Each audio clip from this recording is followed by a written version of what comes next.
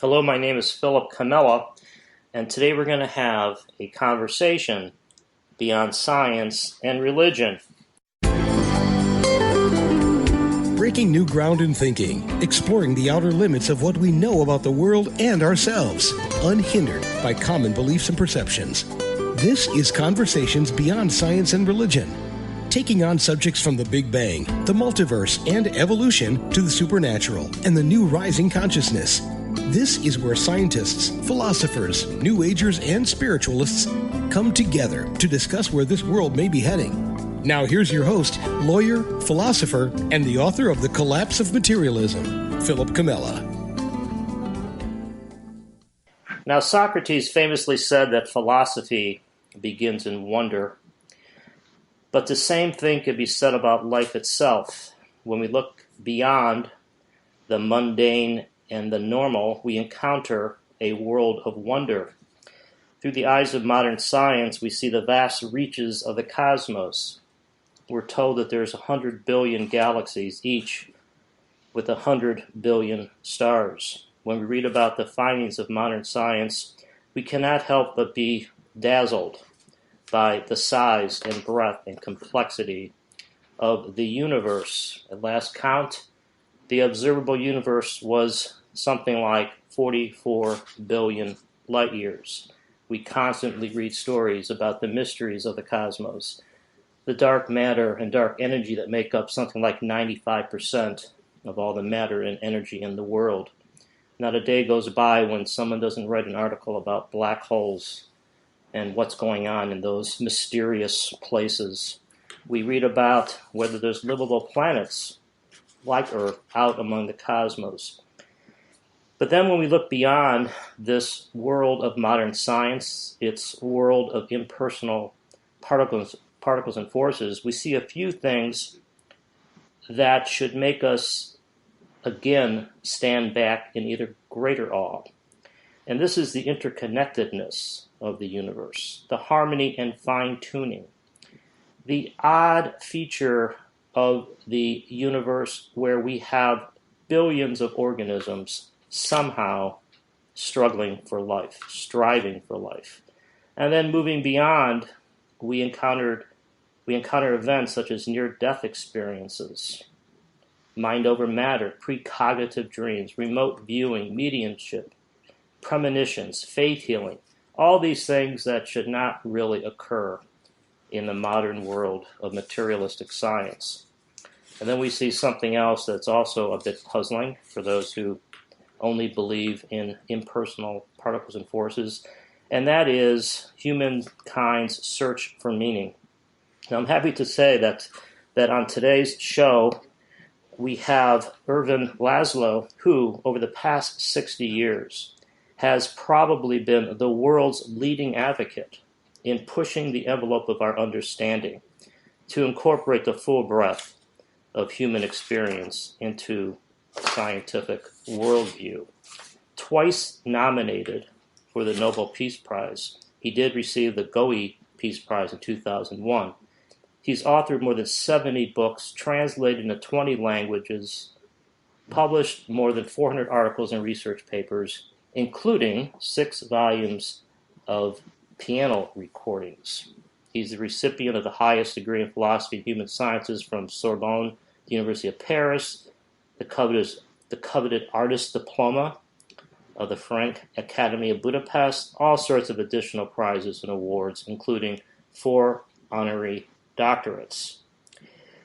When you pick up a book on the new science of spirituality, or whatever we're calling this area, the odds are that the ideas in that book were first articulated in one of Dr. Laszlo's many books. His new book is entitled Reconnecting to the Source, The New Science of Spiritual Experience, How It Can Change You and How It Can Transform the World.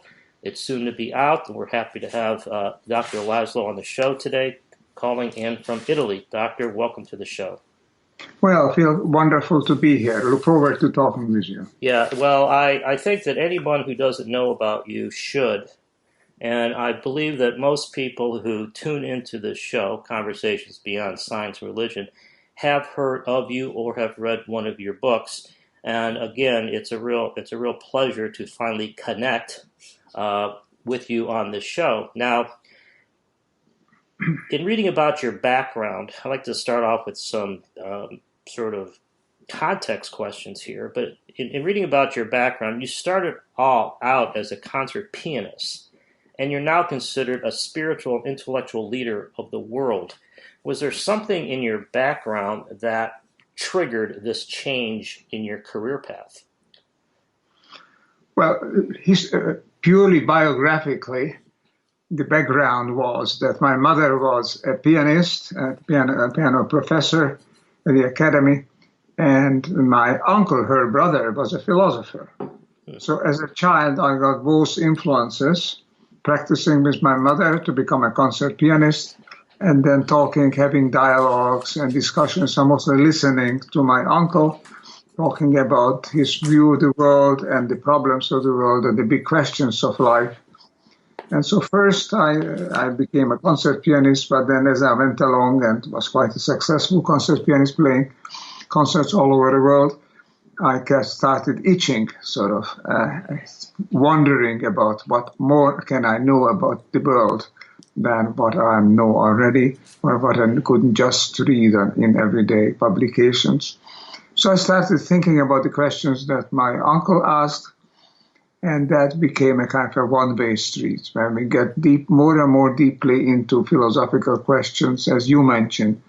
What is the meaning of life? What is the meaning of the world? How is it that we can behave and act and think in a way that's consistent with the world? How can we go the right way? How can we evolve? How can we flourish?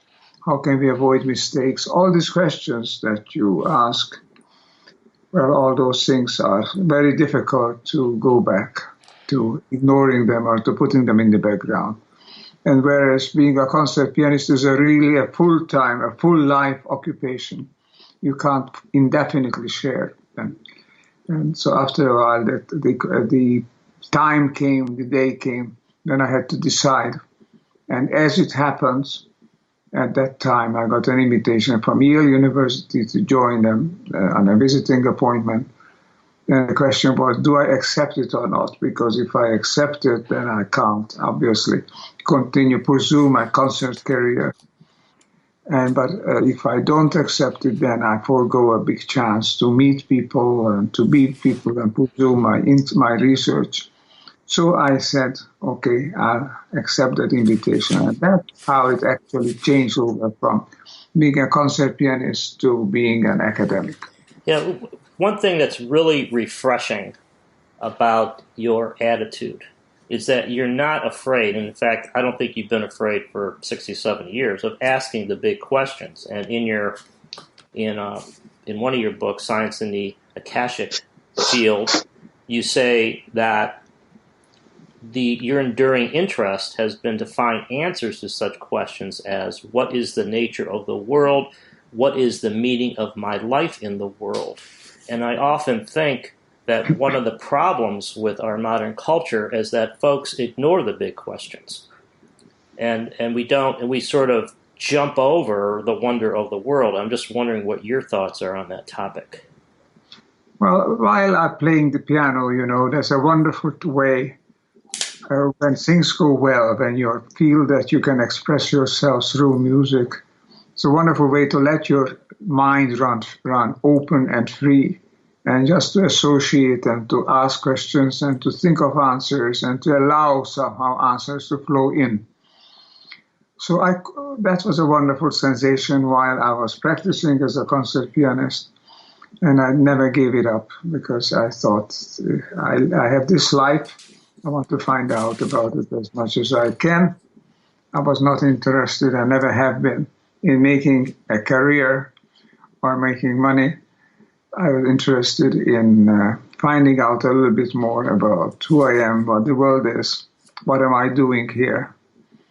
And so I just started asking questions, and then I started making notes. More or less accidentally, I came across an editor, he came across me. I published my first book then, when I was just over 30 years old. And then from then on, it was a one-way street. I had to go ask more and more questions and look for more answers.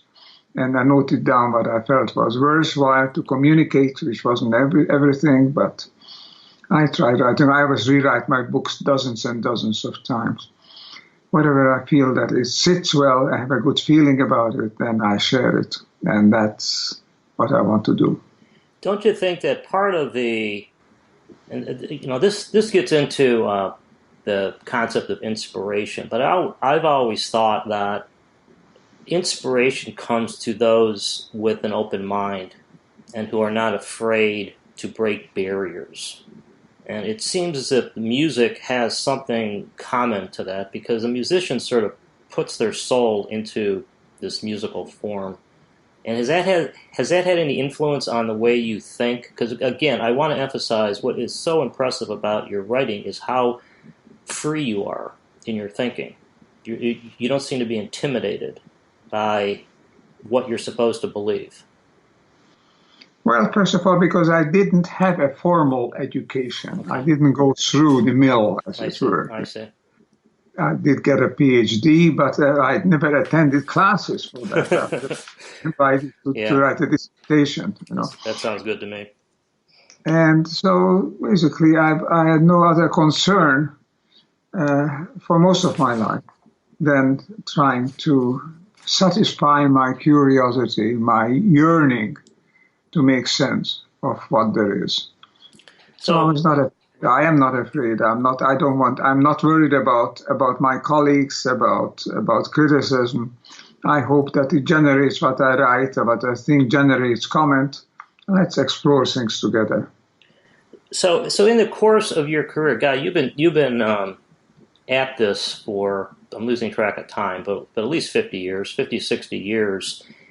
And have your thoughts been what you would consider to be in a natural progression? In other words, you start with what I would call, say, a perennial truth and just build upon it? Or have there been certain junctures in your thinking where you totally remade your opinions? Well, there's a famous saying by the philosopher Whitehead. He said, philosophy is a series of footnotes to Plato. Yeah, yes.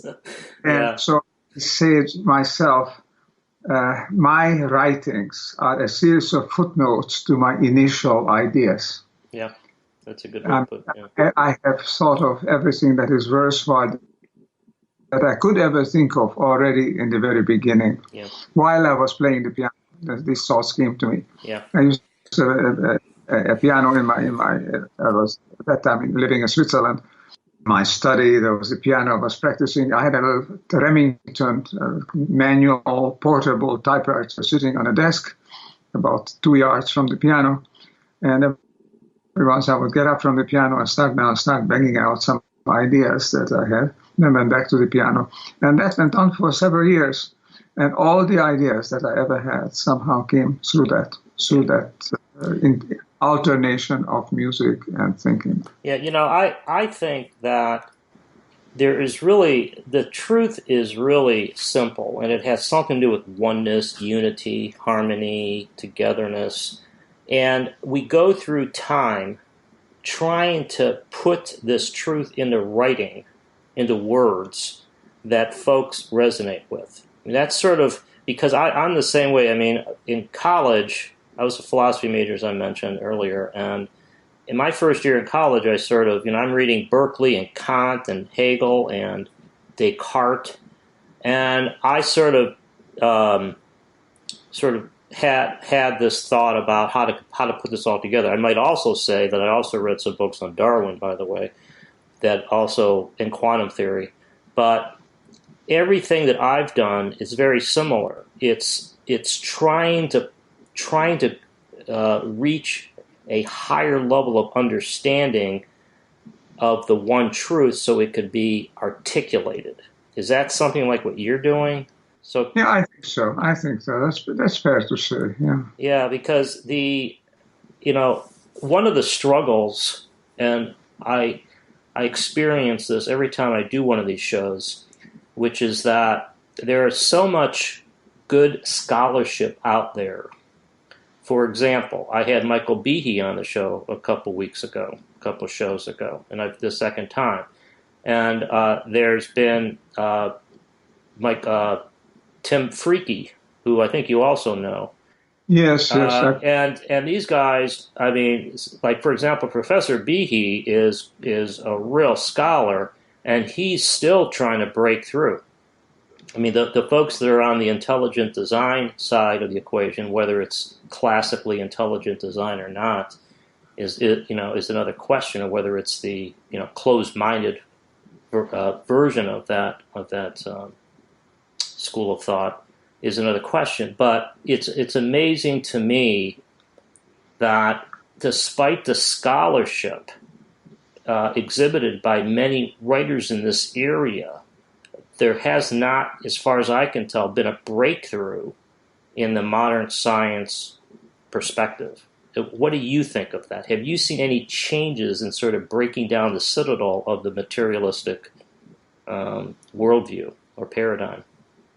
A person whom I quote more than anybody else, of course, and I'm not the only person who does that, is Einstein.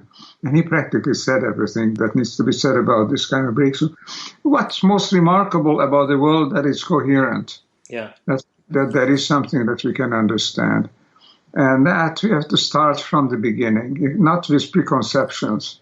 You are here in the world. You are injected into the world. And you try to think, now, what is it that you feel as well as think? What is it that you intuit about the world?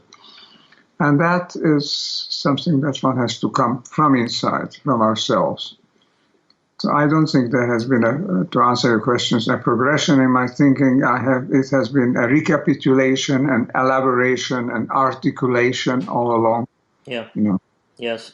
Yeah. Every book I write, I think is a 1 degree further, hopefully a 1 degree clearer, more encompassing, more detailed, more understandable, more comprehensible. That's what I'm trying to do. And the basic ideas, as you say, are not complex, are not difficult. Here we are. We are a remarkable, coherent, one system, and we are surrounded in a universe that itself is a coherent oneness. Well, that's ancient intuition is being borne out by science. The new revolution that's coming through science is basically in the quantum dimension, which means that you are turning over the old materialistic, mechanistic view that everything is the way has been ordained by eternal, unchanging laws, and it's just a mechanism playing itself out. That view has been turned over, and now in the new view, with mind, with consciousness, with information, with intuition coming into the picture, that new view is truly new in science. It's old for those of us who started with that view, but for mainstream science, it's new. Yeah, I think that what's going on there's a lot of different perspectives you could take on the development of the modern science mind or the modern science theories. But one of the things that seems to be coming more to the forefront is this concept of fine-tuning. And I think that is ultimately will prove to be the Achilles heel. Because the problem, the problem is the same with Darwinian evolution as it is with the makeup of the atomic structure and the nucleus of the atom and quantum theory, if you want to go there, which is, where is the organizing force? Where is the source of the harmony? And that, I think, is the Achilles heel of materialism. As much as they try to wave their hands about for example, referring to natural selection or referring to some kind of all these force fields that are supposed to be organizing things, the problem still becomes what's the underlying organizing force in the force field, and so that's my perspective, and I'm just wondering, what you think of that, because I think that's the ultimate flaw of modern science, is the lack of an organizing mechanism. Well, that's what I'm writing my books about. Yeah. And my latest books are exactly on that. Yeah. As a reconnecting to the source, I mean, the source is that organized, informed. I like to spell informed with a hyphen, informed, as David Bohm does, the quantum physicist. But that's the source, the information of the world. And that is what we are, is this kind of an informed energy, and not matter, but informed energy, information and energy together create a world.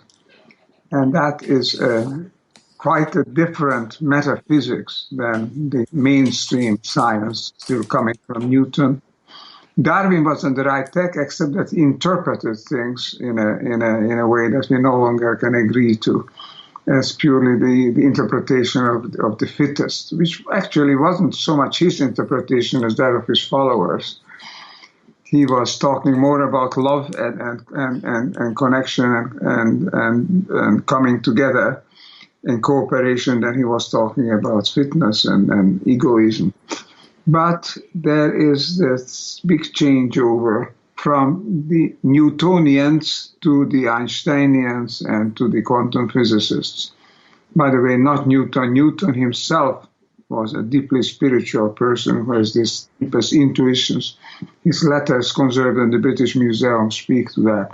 But his followers went and took what was for him was an explanatory principle, the laws of nature, and made it into a fetish, made it into the world principle, which Newton himself wasn't happy with.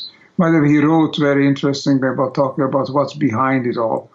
He at one point, he quoted by a researcher, said that there is something like a spirit of vegetation in nature.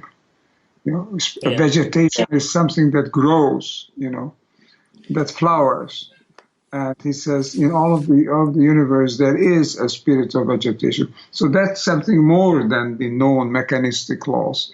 And that's what you're talking about, what I'm talking about, is finding that additional factor, which has been sometimes called a fifth field or a fifth force, which is now being researched again, because we find things we cannot explain with the known four universal fields.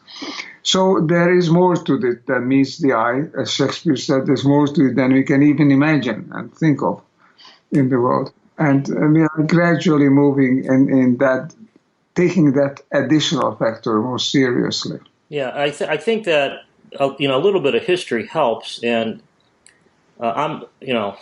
you've been doing this longer than I have, but there is some overlap in the sense that we both have this sort of philosophy background, and our thoughts, our ideas sort of parallel, even though you have about 69 more published books than I do. But leaving that aside for the moment, in terms of the history lesson here, I tend to think that a lot of the Darwin success and sort of the recasting of Newton's legacy was a reaction to biblical literalism, and I still think we're seeing that, because for folks like Richard Dawkins, in my mind, they think that if they give in any way to something other than the strict neo-Darwinian interpretation, they become biblical literalists. They become these closed-minded Bible thumpers.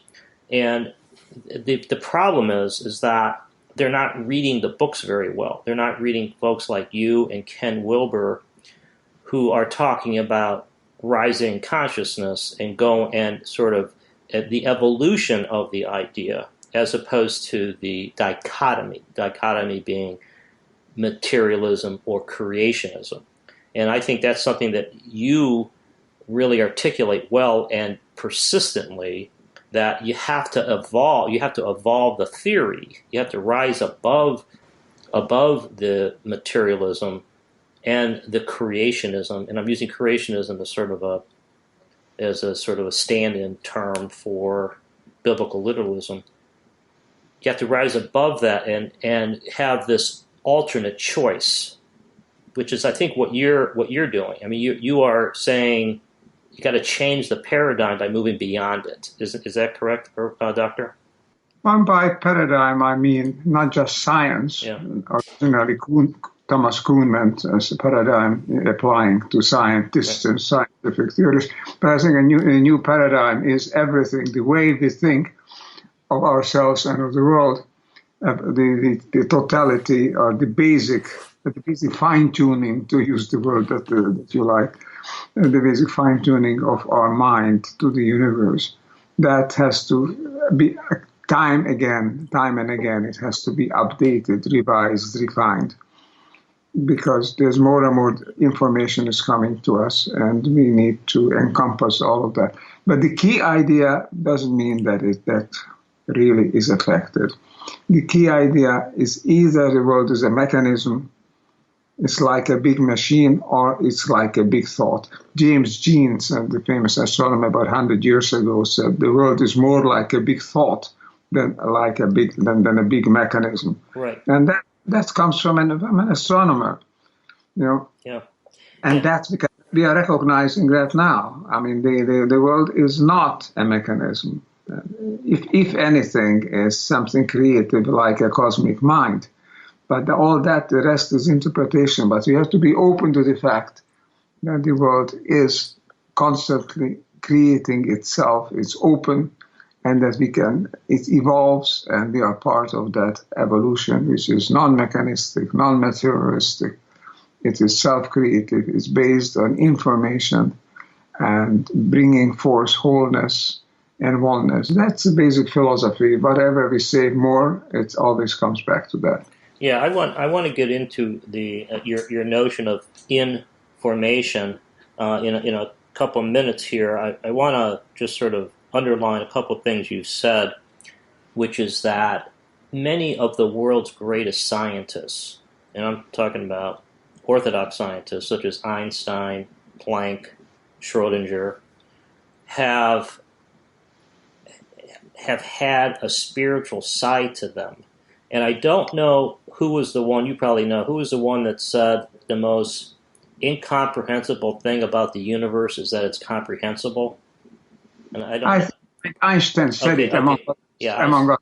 Yeah, he said, well, he also said, which when you think about it, and this is sort of getting a little deep here, but how is it that we understand the world? I mean, that is an amazing thing. And this is why I started the show by talking about the wonder of the world. There's, in my opinion, we need more folks taking a little sabbatical and reading a little bit of Plato, a little bit of philosophy, because I think when you realize sort of the scope of the wonder, it really goes somewhere to elevating your consciousness and therefore your morality. And now that's something that is also in your book, and I'm going to hold that thought for a second because I want to ask you about your new book, which it's not out yet, right? Is it out yet? Pardon? Published in March. Okay, published in March. Okay, so the title of the book is Reconnecting to the Source. What was your inspiration for this book? Well, it's a hunch. Okay. That's what we need more than anything else, is to find the solution to the crisis, to the transformation that we are undergoing. And that solution is not going to come from the outside. It's not going to come from above. It's going to come from below and from inside. And that means the source is, in a sense of new quantum mechanics or quantum theory, the source is a hologram. It's something. It's what is in us, which is the key information on which the world is operating. It's all in us. It's a question of locating it and bringing it to consciousness and fine-tuning ourselves. Yes, fine-tuning ourselves to it.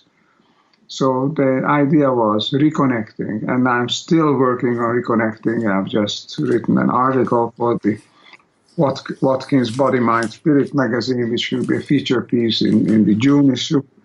and I'm still working. I think that's the way I still to think and to go forward, trying to reconnect to what there is in the basis, basically what there is in the world, finding the essential elements. By the way, I mentioned my first book, and my first book is called Essential Society. It's called, the subheadings are in it, Essential Cosmos and Essential Thinking. I'm trying to find the key, the absolute, the key element to which will unlock the rest of the mysteries. And that is coherence, that is oneness, that is expressed in the sensation that young people today call love, which is quite correct, which is the expression used by Jesus Christ, by Muhammad, as well as the Buddha and Tao. So it's there in religion, of course, and it's coming forth in science because it's in us.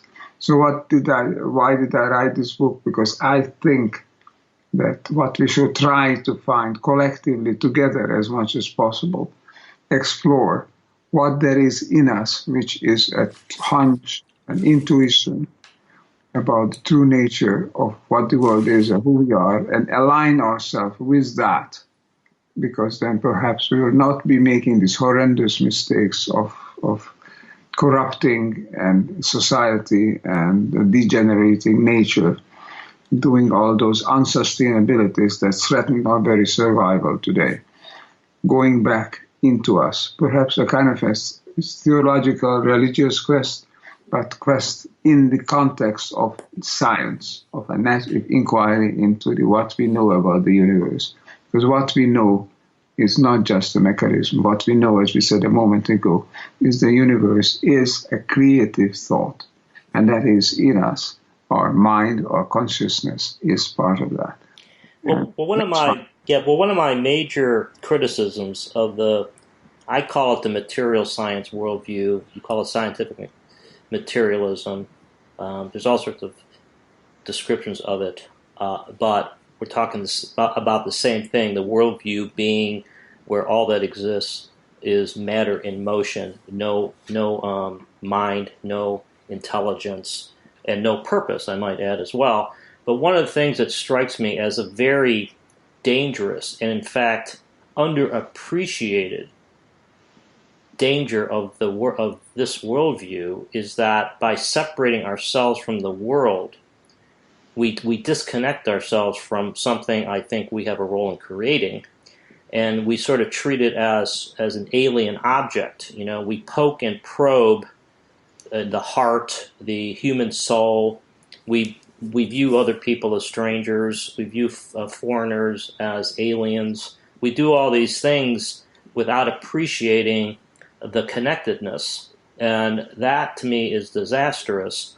And your new book is very interesting. I might want to add here that in this book, Dr. Laszlo has managed to get all sorts of folks such as Dean Radin, Lynn McTaggart, Gene Houston, and Lawrence Bloom, Barbara Marx Hubbard to write of their own spiritual experiences, and it's really amazing the sort of similarity in these stories where you're talking about credentialed, authoritative, experienced authors, writers, thinkers who are sharing their own internal experiences, to me, showing there's something more to the world than we read about in the orthodox science books. And it's to your point, Dr. Laszlo, where it shows the reconnecting to the source. And now I ask you the question, and we know that in certain religions you're not supposed to talk about God or the Father. It's the unnamed one. In the Vedanta, there's all sorts of mysteries about this unmoved mover of sorts. But what can you say about what the source is? What is the source? Well, That's the question, Yeah. perhaps the most fundamental and most difficult question. I think it's something like an intent, something like a project, something that's coming to be born and that's evolving. That's something that's pulling us together because it evolves together. I'm now currently writing, by the way, a book about the scientific interpretation of the Akashic field, and saying that the three basic laws or regularities or features of the Akashic field being everything is connected, and nothing is forgotten, everything is conserved, and that all things are interacting together and evolving together. If you take these elements, then you describe almost a metaphysical reality, which turns out to be the most basic realness that we can get out of contemporary science at the same time. So I'm interested in what this source is, whether it's embedded in an Akashic field. It's the old people, the old Hindu seers thought of the Akashic field as a dimension that's prior to and encompassing all the other dimensions, the air, water, fire, and earth. The Akashic dimension, the Akasha, is a deeper dimension. It's a cosmic dimension. So all this is really saying, I can only guess, like you can only guess, we can only guess. But it's important to guess, important to ask the question that you ask and try to see what is the answer that you get. That I would say almost in a subjective way, that the answer that feels good, that feels right. Because there are no absolute proofs in this regard. It's the biggest question of all, because it tells you who we are. I think this source is by nature, I don't know what it is, but by nature it is a hologram. Why? Because in a hologram, all the information in the whole system is present in every part of it. And I think in us individually, as in every atom and every particle, all the information that makes the universe what it is present. And so that's the search that we're dedicated to, finding that key, not as something, as a formula that once you find it, it's there, but finding that there is a key and it's creative, it has an intent to move forward, to evolve, and to join together.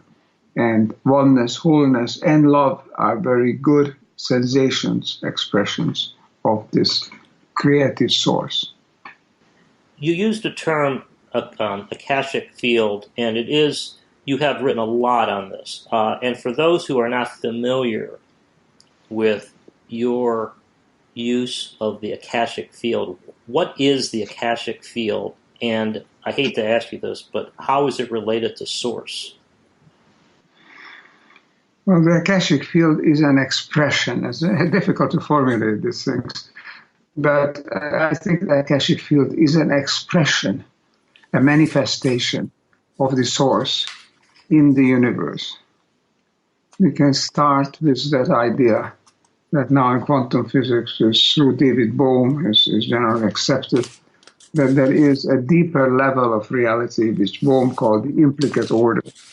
And that is coming to expression in the explicate order.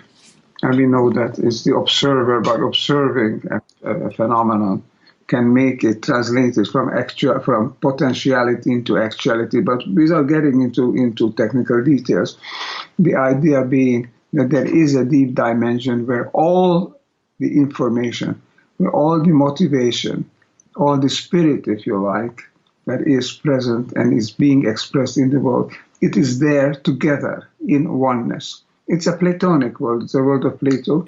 It's a world of the David Bohm's quantum science. It's the world, I think, of the Akashic field. It's that field that contains everything in wholeness, in oneness, which is then becoming expressed or manifest in the world as we interact with the world. We know that in modern science, it's littered with fields. I think it started with the electromagnetic field, and then we've got the quantum field, and now we've got the Higgs field.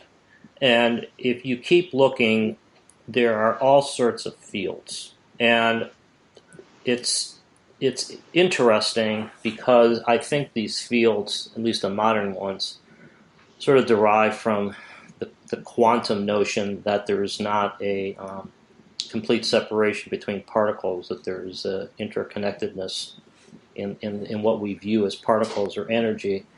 So the notion that there is a field of, I'm going to call it a field of order, coherence, that's really what the Akashic field is. It's Akashic field. It's really it's really sort of a field that is connecting things, but on a personal, more spiritual level than just connecting a bunch of particles together.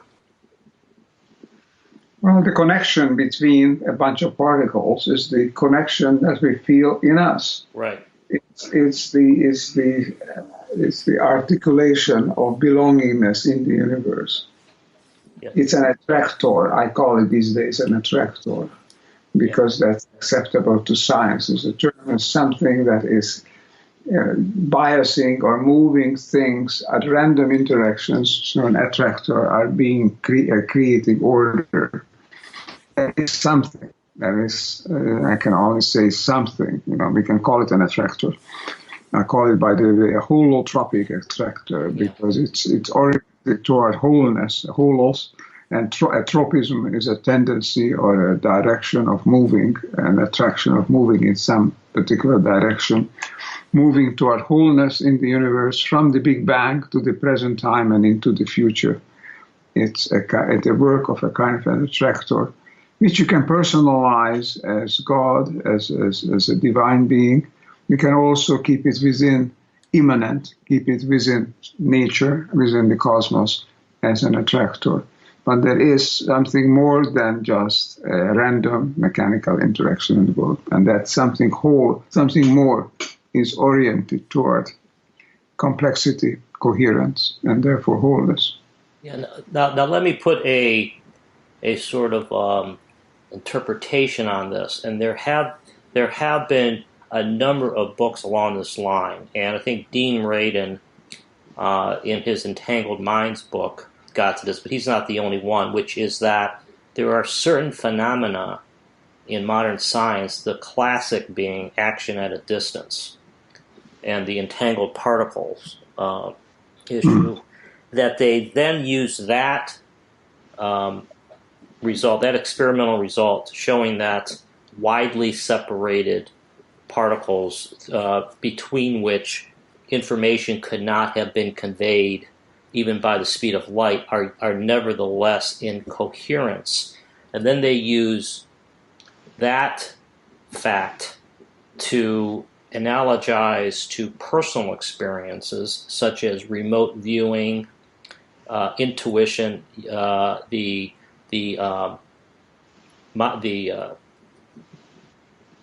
talk between different twins, for example.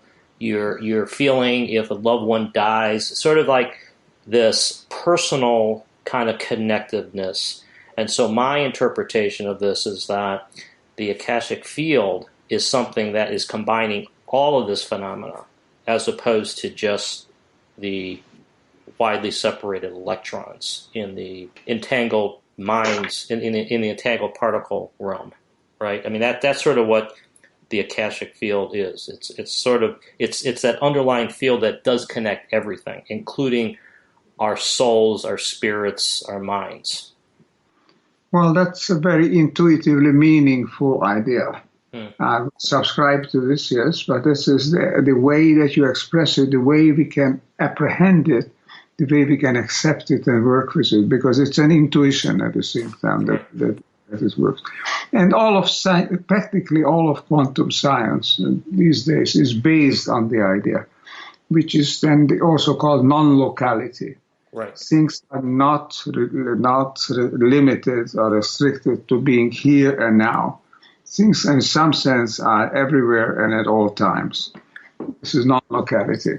And so that means that they are connected. That means that the world is not a mechanical aggregate. It's a whole. And we have to better learn that and live accordingly. Then we wouldn't have all these horrendous problems that are looming up in our future now. Well, it's unbelievable because how long has it been since the spiritual writers have been telling us the very same thing? I mean, you go back to the Upanishads and the Rig Veda. That's sort of exactly what they said, right? Yes. That Atman is part of Brahman. I mean, it's the same. I mean, the spiritualists have been telling us this for millennia, and it hasn't quite infiltrated our brains, I think, because of the dominance of this mechanical worldview. Well, I think not but the fact that we are operating on the basis of believing in science. Yeah. So this view, this holistic view, intuitive view, was coming from beyond science, and it was not confirmed in any evident way by science. So the reason is not because something is wrong with the view, it's something is we don't believe it, it's not credible. We assign credibility to what is so-called quote-unquote science. That means based on observation, controlled observation and experiment and repeatability and so on. But now science is moving in. That's the big new development. The old ancient insight, which we want to reconnect. And that's the idea of reconnecting to something which is a timeless insight and intuition. That ancient insight is now becoming verified or validated by science, by the new science, with its non-locality, with its instant interconnection. So that's a big news. That's a very hopeful development. Yeah, and I think that you put your finger on it, that the evidence is building to an interconnectedness. When you add the interconnectedness onto the fine tuning, we are in a place where the theories of modern science are not adequate to explain the workings of the world. And it is, here we are trying to change the mindset. At least I am trying to change the mindset of modern science because I think that to reach this higher level of consciousness, which translates into a better world, you have to change science from the mechanical worldview to the spiritual worldview. And frankly, Doctor, I haven't come to terms with what we should be calling this new worldview. I mean, what's your favorite? What's your favorite description? Because I don't think spiritual is the right word, and I don't think new age is the right word either. So what would you call this new? I mean, you call it the integral theory of everything. Well, at one time I called it that. But that's a particular attempt within science to do that. I refer to a new paradigm. A paradigm which is based precisely on coherence, on evolution, and on the sensations of belonging. It's a different paradigm. It starts from the bottom. It's not something you foist onto the old paradigm. You can't take a Newtonian world or even an Einsteinian Darwinian world and just say, here is some spiritual factor, add it to it, Yeah. I mean, this factor is either all there is or it isn't there. Yeah. Now, you have this concept that we've talked about, and it is in most of your more recent books, at least, and that is the information. And and you mentioned it by reference to Bohm in the implicate order. What is information? Well, there is also a technical and as well as an intuitive answer. It's the forming effect. It's the attractor. What forms? I think more technically, I think I would go with Bohm's interpretation that the implicate order, before it is transformed into the explicate order, before it becomes manifest, it is a constant source, constant source of forming, of creativity. So information is something that forms. So the manifest universe is formed by a deeper level. And that deeper level is called the implicate order, call it the Platonic realm, or call it the higher consciousness, or the Akasha, perhaps, you see. All of these things is the heart and soul and spirit of the universe is on that deeper level, and it informs, it shapes, and it guides the manifest world. It's a question for us to recognize this guidance and to fine-tune our behavior, our thinking accordingly. While you're here, I'm going to ask you another tough question. I can't help myself, which is the source. It seems like all these things are related. The source, the Akashic field, information. The question is, are these things independent of consciousness? Well, as I said, I told you. I mean, I can't help because that comes front and center to me when I read this, because that to me is the big question. Because if it's independent of consciousness, then we have to find a organizing force that's outside of consciousness. I think the whole idea of independent of, it's a false idea. It's there's no such thing as one thing being independent of another thing. Yeah. Consciousness is, I like to use this image for consciousness or mind, is the internal readout of a reality. When you look at things from the outside, which is we are not outside, there is no such thing as an outside, but relatively take the position of an observer. You see waves, you see vibrations, you see particles, you see interactions and so on, and you see the entire structure of modern physics and biology and the other sciences. But when we are inside, when we look at the world from the inside, try to apprehend it the way the world feels, then you're operating with or from consciousness. So there is an external reading of the world, which is the laws of nature and is the physical world.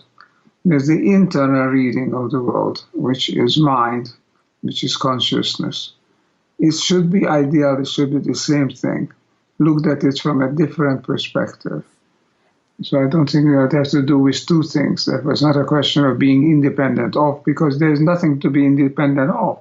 There are two things. One is expressed, seen from the inside, the other one from the position of the observer. But even the observer is using their own consciousness to observe. So, well, there's nothing entirely outside, as I said. Right. Sure. Well, the observer's consciousness it takes the perspective of being outside of it, and it tries to describe. I see. Yeah. I see what you're saying. Okay, that's a good point, because one of the things that is probably one of the more difficult concepts for, I think, philosophy students to get their brain around is the notion of, can the mind know something other than itself? And that was one of the main themes of the German idealists. And I don't want to get too technical here, but it's an important point for me because it aligns with much of what we talk about in consciousness, and the question being, can consciousness know something other than itself? And I think I agree with you that, not that my agreement means anything, but that it's really a false question, because we are always experiencing the world through consciousness, and that nobody other than ourselves is experiencing the world through consciousness. Therefore, maybe we could have an internal perspective, which is a subjective perspective, and then we observe others, we observe the world from the outside, but we're still viewing it through consciousness. That's a pretty cool thing. The reason I mention that is because I always find, I think that, and this is just me talking, I think that if we move the notion of source, if we put it up in the sky, it sounds a lot like the biblical God. But source is below, not above. Yeah, there you go. Yeah, that's good. Okay, so I don't want to. I want to make sure that on this show, I think I want to bring us down to earth here a little bit, because one of the, I mean, we've been talking about these concepts, and I do think this is important because you got to have the theory together in order to fit the pieces into the puzzle. But one of the things that's very impressive about what you've been doing in your life, and perhaps, well, I think your entire career, is you then use these principles that we've been talking about, the interconnectedness, the information, the holotropic attractor, to bring it down to earth and say, we've got to build a better world out of this. And you have this notion of critical mass. And can you just describe how it's connected, how this work that you're doing, that you've done throughout your career on the Akashic field, connects to the real world, connects to international politics and hunger and, animosity between people? Where is the connection in your mind? Well, okay, that's a kind of a concluding, culminating kind of question. That's why I'm doing it. I would just say that when you ask the question, can we know anything other than our consciousness? I would be quite happy to say no, we cannot. But we don't need to, because our consciousness is everything, has all the information. I talked about a hologram, Our consciousness is an expression, as a manifestation, a projection, if you like, of a hologram. So if we know our consciousness, we know the world. And the world, we can only know the world through our consciousness. And that's not in the old way. Our consciousness is enclosed in our head, in our skull. Our consciousness is part of this interconnected whole world which is based on information and energy, and not on matter and separation. So anyway, I say, fine, we know our world through our consciousness, and therefore if we know our consciousness, we know our world, because we are a hologram. The world is a hologram, and we are a projection of the hologram. Okay, so how does this help us? It's simply by going back to the old time-honored recognition that the answers to our problems are in us, not outside of us. Not in the hands of others, but in our own being. This what I call the new paradigm. You ask, what do we call it? We call it the holistic paradigm. I don't know yet what exactly we need to name it, but it's the new paradigm, which I'm trying to describe in as simple a word, a very complicated process, but make it as simple as possible. And it's not really a simple thing, but it does have some elements that are simple. This oneness, this evolution, this striving toward coming together, all of this. If we adopt that perspective, then we simply start looking at the world in different ways. In this new book that we're talking about, the Reconnecting to the Source, I have a whole chapter actually written very closely in cooperation with an old friend of yours, Kingsley Dennis. We were talking about the new idea of wholeness coming through in the world in various aspects, in business, in politics, in society, in education, in fashion, and everywhere, actually. There is a new sense of openness and wholeness coming through as an antidote, practically, to the degeneration, to the crisis, to the radical disappearance, but at what price, of the old. So there is this countervailing tendency. We are moving toward a different idea of the world. If we just don't destroy our environment to the point where human life and higher life becomes impossible or possible only in a very limited way. If you don't do that, then we'll graduate to a higher level of being because we are achieving a higher level of consciousness, of conscious awareness of the oneness, of the wholeness that we exemplify, that evolution is moving toward. So I believe becoming becoming what we want the world to be, like Gandhi said, means becoming ourselves, that what we want the world to be. So we are changing, we are becoming, and that's the hopeful development. There's a race with time. If we don't destroy the world, if we come up with this new consciousness, this new philosophy, this new feeling, this new sensation of wholeness and who we are and how we relate to the world, and non-mechanistic and not a purely natural selection-based merciless universe, but a universe oriented toward oneness. If you don't destroy this in time, we will develop a higher level of existence for humankind and for all life on this planet. Yeah, that is very well put, and I think coming from you, it means a lot, and we should all, I think, sign up, because we're not just talking about an abstract principle here, and that's what's so important. This is not some kind of intellectual construct that's only for the academicians.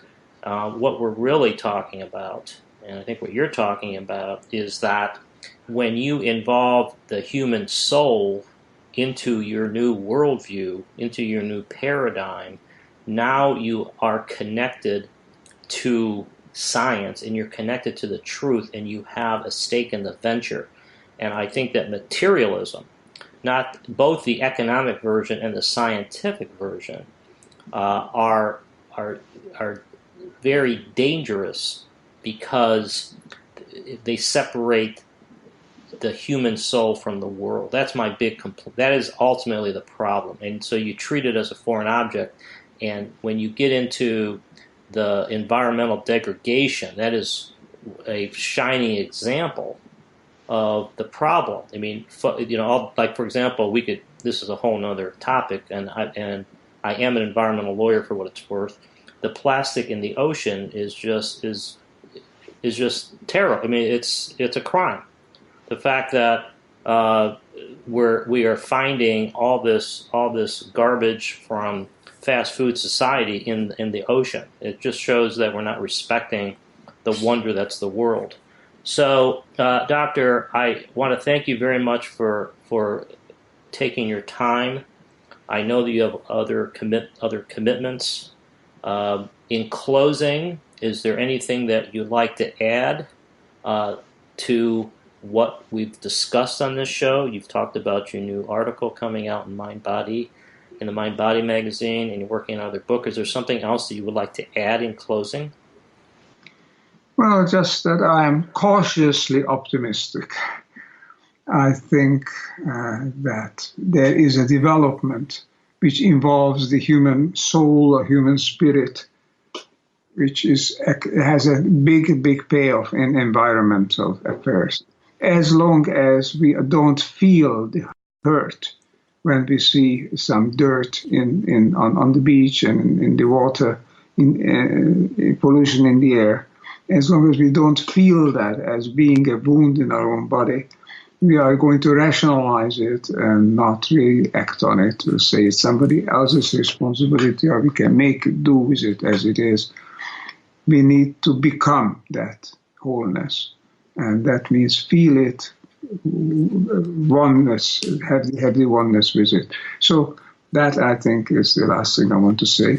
Become the change you want to see in the world, as Gandhi said. And as the new sciences say, there is not you and the world. You are the world. We all are.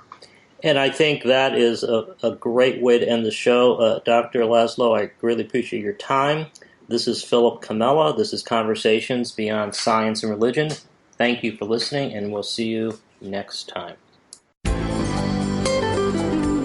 You've been listening to Conversations Beyond Science and Religion, hosted by Philip Camella. To find out more about Philip and his book, The Collapse of Materialism, visit thecollapseofmaterialism.com.